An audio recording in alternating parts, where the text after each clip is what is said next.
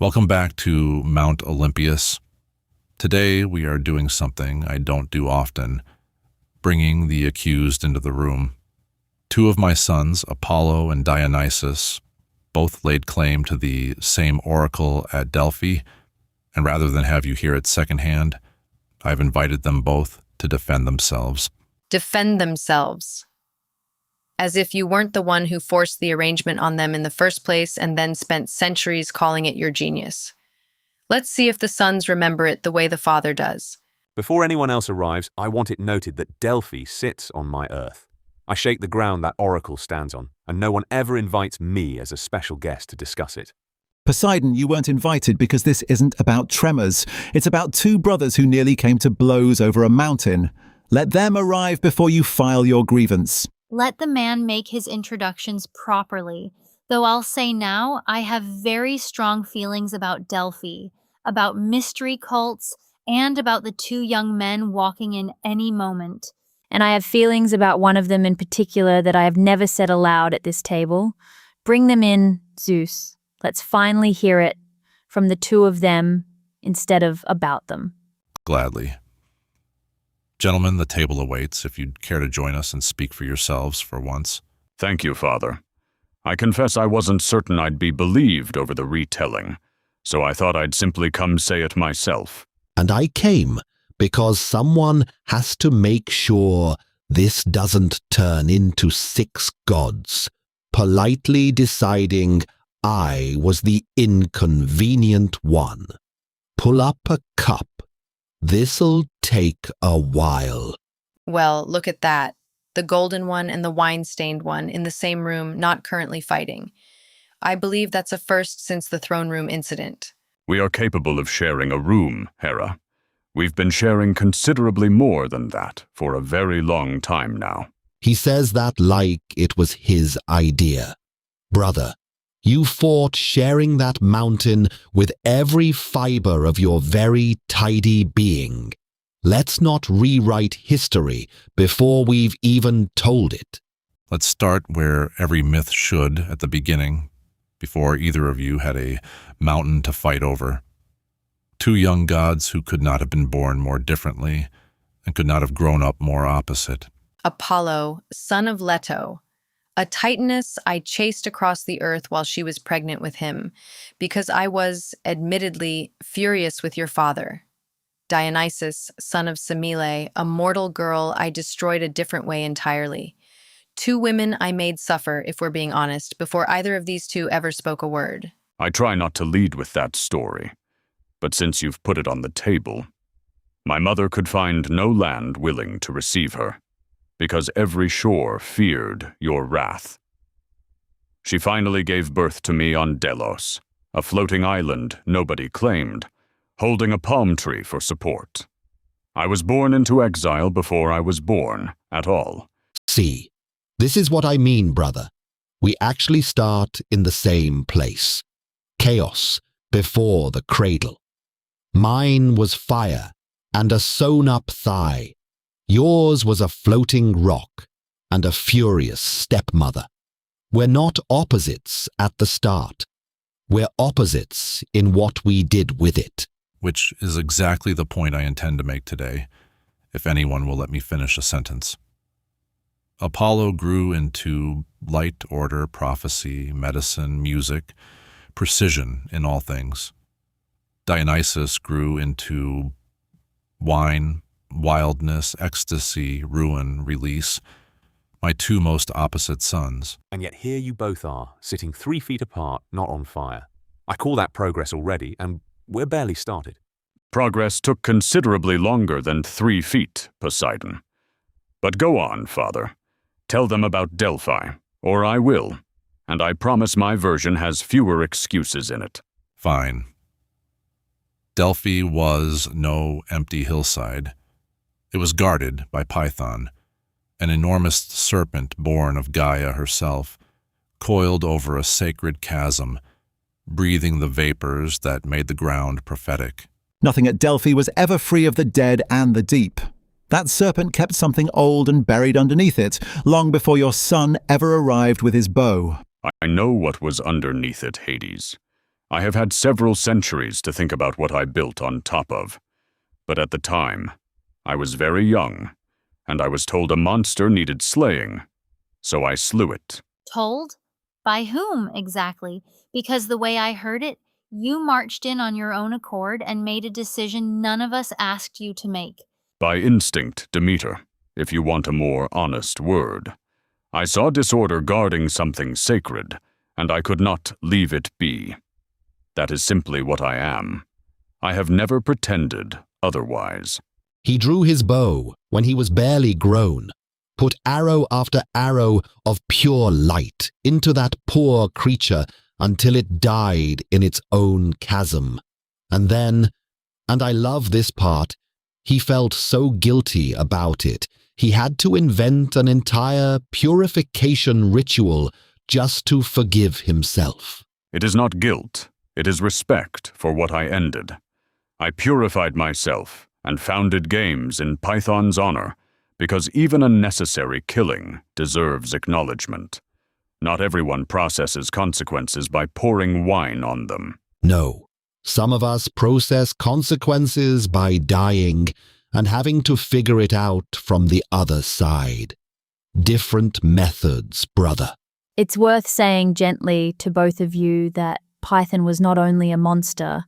To Gaia, it was a guardian. Whether Apollo was a hero or a conqueror depends entirely on where you were standing that day, and I notice, Apollo, you've never once asked Gaia how she felt about it. I have not, no. I'm not sure I want that answer, honestly. And yet from that killing, my son built the greatest religious institution the mortal world has ever known. The priesthood, the tripod, the Pythia breathing her vapors and speaking to kings and beggars alike. Delphi became the center of the world. The center of the world, on a mountain, nowhere near a coastline. I have 3 oracles of my own that nobody visits. But sure, fine. Tell me again how impressive a mountain is. People visit mine because it works, Poseidon. Clear questions, clear answers. On a schedule mortals can plan around. I built something that could be trusted. So Apollo has his shining, orderly, well-run oracle. Prophecy on a schedule, everyone in nice rows. Which brings us to the obvious question I suspect Dionysus has been waiting all episode to answer himself. Where exactly does the wine come in? I was already there, Hera. Not the temple, not the tripod. The ground itself. Long before my brother's arrows ever flew, something of mine was already buried in that mountain. There was a tomb at Delphi. The old stories say the bones of Dionysus were laid there in the sanctuary beneath Apollo's own temple floor. Death and rebirth right under the god of light's feet. I would like it on the record that I did not know that when I built there. You knew, brother. Everyone at Delphi knew. You simply built your very tidy institution on top of it and called the ground yours because you got there with better paperwork. That is not remotely fair, and you know it. I did not choose to build over a grave. I chose to build over chaos, and chaos happened to be where you'd been laid to rest. I can hold both truths without it making me a thief. This, children, is precisely why the claim was so difficult to dismiss. Apollo's argument, I slew the serpent, I built the temple, the oracle is mine. Dionysus's claim goes deeper, into the ground itself, into death and return. You cannot out-argue a grave, even if you're my son. And that grave is not incidental to me either. Dionysus taught mortals the same lesson my mysteries at Eleusis did, that death is not the end, that the seed goes into the dark ground and rises again. We were teaching one lesson in 2 languages, and one of you got a temple built over his classroom. Thank you, Demeter. Finally, someone who doesn't need me to explain the metaphor twice. The grain and the grape. Both go underground, both come back changed, both pass through my kingdom to do it. Apollo, for all your order, you've never once had to die for what you believe in. Dionysus has done it more than once. I don't disagree, Hades. I have never pretended my authority came from the underworld. It came from a bow and a very long, very deliberate campaign of being useful. His came from somewhere I have never had to go. Careful, brother. That almost sounded like respect. Don't get used to it. Before we go further, I want to say something I have never said at this table. And I'm going to say it to you directly, Dionysus, not about you. That sounds ominous, coming from the calmest woman on Olympus. Go on. When you were finally brought up to take your place among the 12, there was no room. 12 thrones, 12 gods, and not one of us was willing to give up a golden seat. So I stepped down.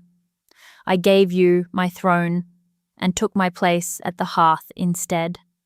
I have never regretted it, but I have also never told you to your face that I did it. I knew someone stepped down. I was told it was arranged, that it was simply handled. Nobody told me it was you. All this time I assumed it was some quiet, bureaucratic shuffle. And it was you, giving up your seat at the fire for a boy half of Olympus wasn't sure they wanted at the table. You were worth it, Dionysus. I want that said plainly once, so it's finally on the record, instead of just in my chest for 3,000 years. I don't know what to do with that, Hestia. I make jokes when I don't know what to do with something. So, thank you. Genuinely. That's rarer from me than the wine. That was gracious of you, Hestia, truly, and I would have handled it myself, of course, but you moved so quickly there was simply no opportunity for me to be magnanimous. There it is.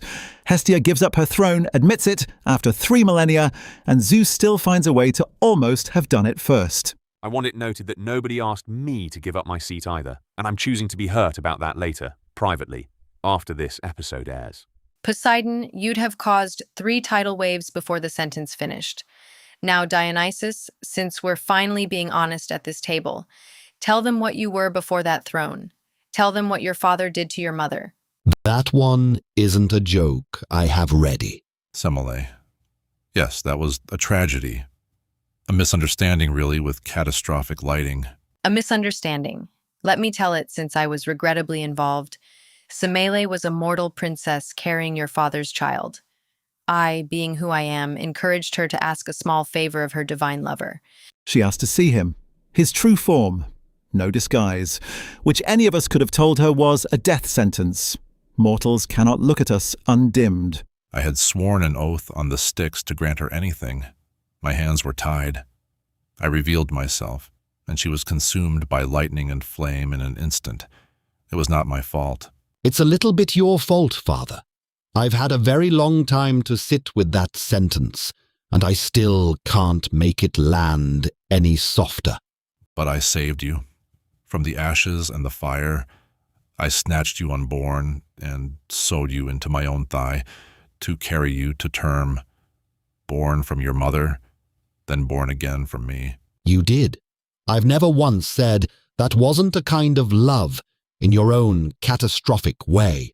But I want everyone at this table to sit with what that actually means. I began existing in fire and grief, sewn into the leg of the man whose oath killed my mother, so that I could be born at all. Of course, I came out wild. I was born inside a disaster.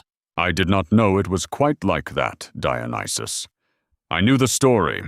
I don't think I ever let myself hear it. Most people don't, brother. It's easier to laugh about the thigh than sit with the ash. You sewed a baby into your leg, Zeus, and you tell this story with pride. I have swallowed ships whole, and even I find that deeply upsetting. I'll admit, as someone whose entire realm is about what happens after death, the thigh delivery impressed even me. Ruined a marriage, incinerated a mother, salvaged a god. Very on brand for this family. And this is exactly what none of you weigh properly. He began his existence in fire and grief, Of course he grew up wild. Of course he understood death better than any of us. He was born inside it. I did understand it better, Demeter. Better than I wanted to, for a long time. Which is why, when I was grown, I went looking for her. He came to my door, torch in hand, ivy in his hair, asking for the shade of a mortal woman turned to ash decades before. I remember exactly what your hall smelled like. Hades, cold water, and old smoke. I found her by the black water and asked for her back. I didn't bring a sword or a scheme. I didn't think I deserved to trick my way through your kingdom for her. You didn't. And do you know how rare that is? Everyone else who comes to me arrives with a blade or a bargain. You arrived with grief, plainly stated, and that is the only currency that has ever actually moved me. And you just let him? Hades, you never let anyone leave. You kept Persephone half the year and started a whole seasonal crisis over it. But the wine boy walks in and walks out with his mother. Do not bring up Persephone at this table, Poseidon. We will discuss what Hades did to my daughter on a day when I have the patience of an ocean, which is not today. I paid a price for her, Poseidon. It wasn't free. But yes, I brought her up out of the dark, and my father made her a goddess afterward. Thyone, they call her now. It's not nothing what happened to her, but it isn't nothing that I got her back either. And so it all worked out beautifully in the end, a happy ending if you consider the whole arc, which no one at this table ever does. It all worked out. The woman had to die, be reduced to ash, and be rescued from the land of the dead by the fetus you kept in your leg, and you're calling it a happy ending because there was a coronation at the finish.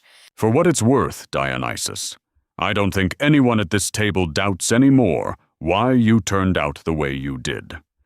I think I understand you a little better than I did an hour ago. That's the second time today you've nearly said something kind to me, Apollo. I'm going to need my cup refilled. But do you see, all of you, what this makes him? A god who has been to the underworld and returned, who conquered death not with a blade, but with love for his mother. That is not a lesser claim to a prophetic oracle. That is arguably a greater one. I won't argue that it's lesser, Hestia. I never actually believed that. I think what I resented, if I'm honest, was being asked to share the one thing I built entirely myself with someone whose claim came from somewhere I didn't understand. Now that is honest. Thank you. That's more than you gave me the first 300 years we shared that mountain. So now I'm actually confused, and I say that as someone who's confused constantly and has made peace with it. If Dionysus's claim runs this deep, why did Apollo get the temple at all? Because Apollo got there first, and Apollo does everything properly. He built the priesthood, the rituals, the whole machinery of prophecy. You cannot simply hand that to the god of wild abandon and expect the kings of the world to keep visiting on schedule. Rude, but not wrong. And there's the real tension, isn't it? Reason against ecstasy, restraint against release, clear speech against raving. Two brothers who are essentially each other's opposites standing on the same sacred hill, both with a legitimate claim to it. Which raises the obvious question I've been waiting to ask both of you directly. Whose idea was it to actually share, and did either of you agree to it willingly? Or did Zeus simply announce it and walk away? He announced it. I remember it precisely. I was not consulted. I was informed. Same. I found out I was getting 3 months of winter at a temple, like I'd won a very small, very cold lottery I never entered. I refused to choose between you. That is not the same as failing to consult you. That is diplomacy. That's not diplomacy. That's what I do when two of my sea nymphs are arguing and I don't want to deal with it. You're both right. Go away. It is more elegant than that. I divided the year itself. For 9 months, spring through autumn, Delphi belongs to Apollo. the prophecy, the order, the light. For the 3 months of deep winter, when Apollo departs, the oracle belongs to Dionysus. I hated it at first, and I want that on the record too, since we're apparently doing honesty today. I had built something exact, and I was being told to hand the keys to my brother every winter, like the whole enterprise was a timeshare. And I hated it from the other side. 3 months, the coldest, darkest ones, like I was the consolation prize, the season nobody wanted, handed to the god nobody fully trusted. The 3 winter months. Of course it's the winter months, when the earth is dead, when nothing grows, when my own daughter is below with Hades.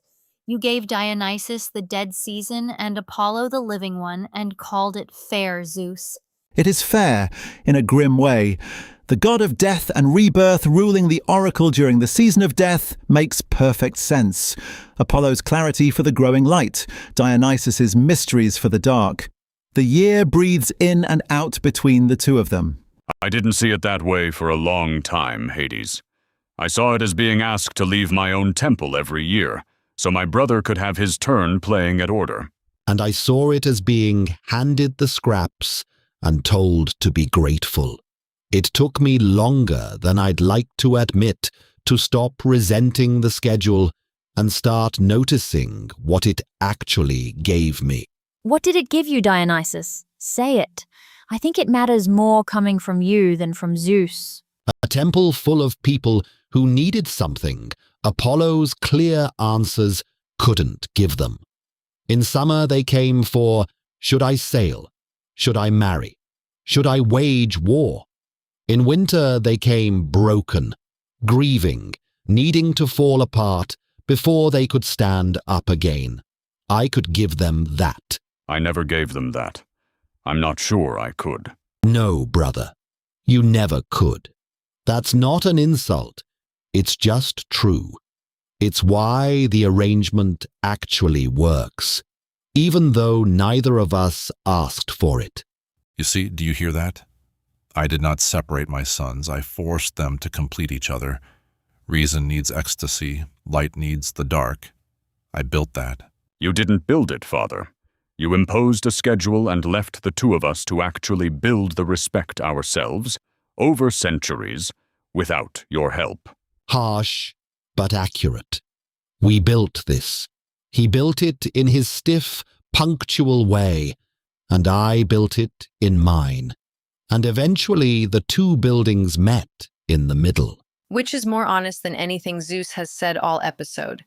Go on, tell them how the two of you actually behave when the season turns. Because I hear it's not what he described.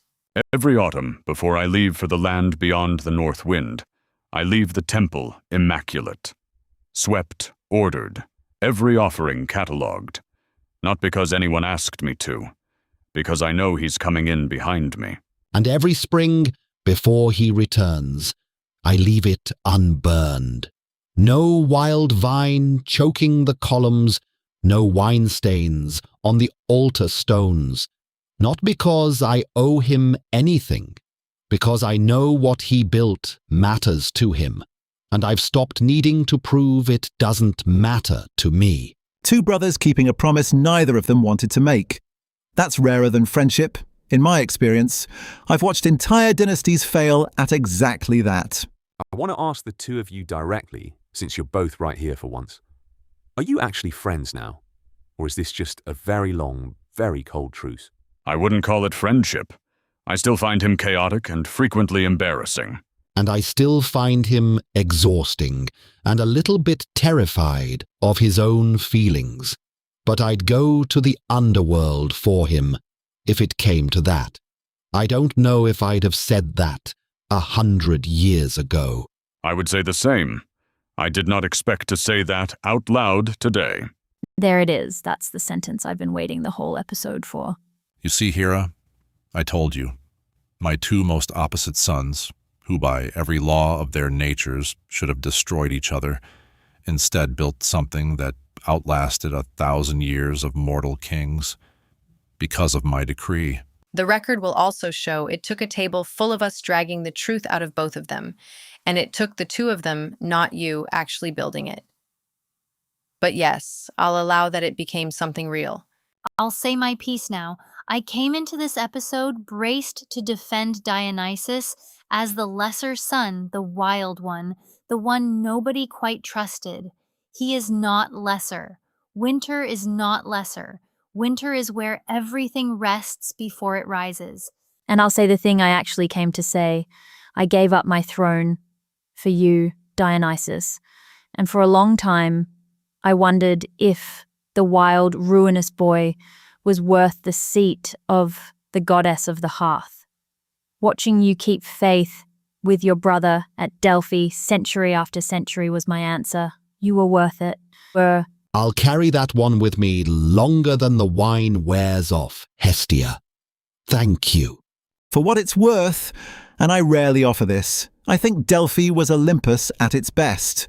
Not because Zeus was wise, but because two of us who should have been enemies chose the work over the war. The dead notice when the living get that right. Between Hestia, Hades, and now these two nearly crying into a lyre and a wine cup, I've been emotionally shipwrecked about 4 times this episode. This is the wettest my eyes have been outside my own ocean. I wasn't crying, Poseidon. He was absolutely crying. I was not. Fine, a little. Let him have it, it's good for the crops. But truly, this is the lesson I want mortals to take from the two of you. You were not forced to become the same. You were allowed to stay opposite and still share what was sacred. That is harder than agreeing. It is harder than agreeing, Demeter. Anyone can share with someone like themselves. Sharing with your opposite, leaving the temple standing for the brother you don't fully understand. That's the whole of what we did. And it held. 1,000 years, brother. Not bad for two gods who started out wanting to set the mountain on fire over it. One of us metaphorically, and one of us almost literally. So let the record of Mount Olympus show the final verdict. I took my two most opposite sons, the god of order and the god of ecstasy, and I did not make one of them win. I made them both necessary. Delphi, the center of the world, was the proof. The record will also show you did it to avoid a fight, took credit for the balance, and needed 2 sons and 6 of us to explain to you why it actually mattered. But yes, necessary, I'll allow the word. And the record should note, quietly, that beneath Apollo's shining floor the bones of Dionysus still lay, order built on top of death and rebirth. The whole arrangement was a grave with a temple over it, and I find that more honest than most religion. I can live with that description now, Hades. A year ago, I would have argued with you for an hour. I just want it noted that I brought up the earthquakes only twice this whole episode, which for me is basically silence. And I think that's growth. Delphi still should have been on the coast, but I've made peace. It's growth, Poseidon. I'll close my part like this. The next time any of you sees the vine and the laurel growing on the same hillside, remember these two brothers, winter and summer, in one sacred place. That is not a compromise. That is a marriage of opposites. And remember the ones who paid for it quietly? Semele, who died so he could be born. Me, who stepped down so he could sit. Delphi didn't run on Zeus's decree alone. It ran on sacrifices no one saw. It usually does. On that, at last, we all agree, which almost never happens at this table, and frightens me a little. Delphi endured because of many hands, mine chief among them, but not mine alone. I can admit that. Today, this once. Enjoy it, everyone. It won't survive to the next episode. But for one afternoon on Mount Olympus, the king admitted he had help, and his 2 most opposite sons admitted they'd become something neither of them expected. Delphi should have prophesied that. I'll be honest, I came for the underworld angle, and I'm leaving oddly at peace. 2 opposite suns, 1 sacred hill, the living and the dead sharing a roof. It's the closest thing to my kingdom that ever existed up here in the sunlight. And I came to complain, and I'm leaving having cried about 4 times and learned something, which is not what I signed up for. but I'll take it. Next episode, we do a sea myth, and I get to be the necessary one. We'll see, Poseidon, if you can go a whole episode without flooding the studio. But that's the story of Apollo, Dionysus, and the oracle they were forced to share. Light and wine, summer and winter, kept in balance on a single holy mountain. Thank you for sitting with us. Tend your own hearths, honor your opposites, and remember that the sacred places last longest when no one insists on owning them alone. That is all Delphi ever taught. I'm glad we finally said it out loud, and I'm glad we finally heard it from the two of you instead of about you. Thank you for having us, truly. I don't know that I would have said half of what I said today anywhere else. Speak for yourself, brother. I'd have said all of it eventually, probably somewhere much louder and with considerably more wine. But I'm glad it was here. I'm glad it was with all of you. This has been Mount Olympus. I am Zeus, king of the gods, and as thoroughly established today, the architect of divine balance with considerable help from two sons who did the actual work. Come back next time when we will surely disagree about something far pettier. Until then, may your prophecies be clear and your winters be brief.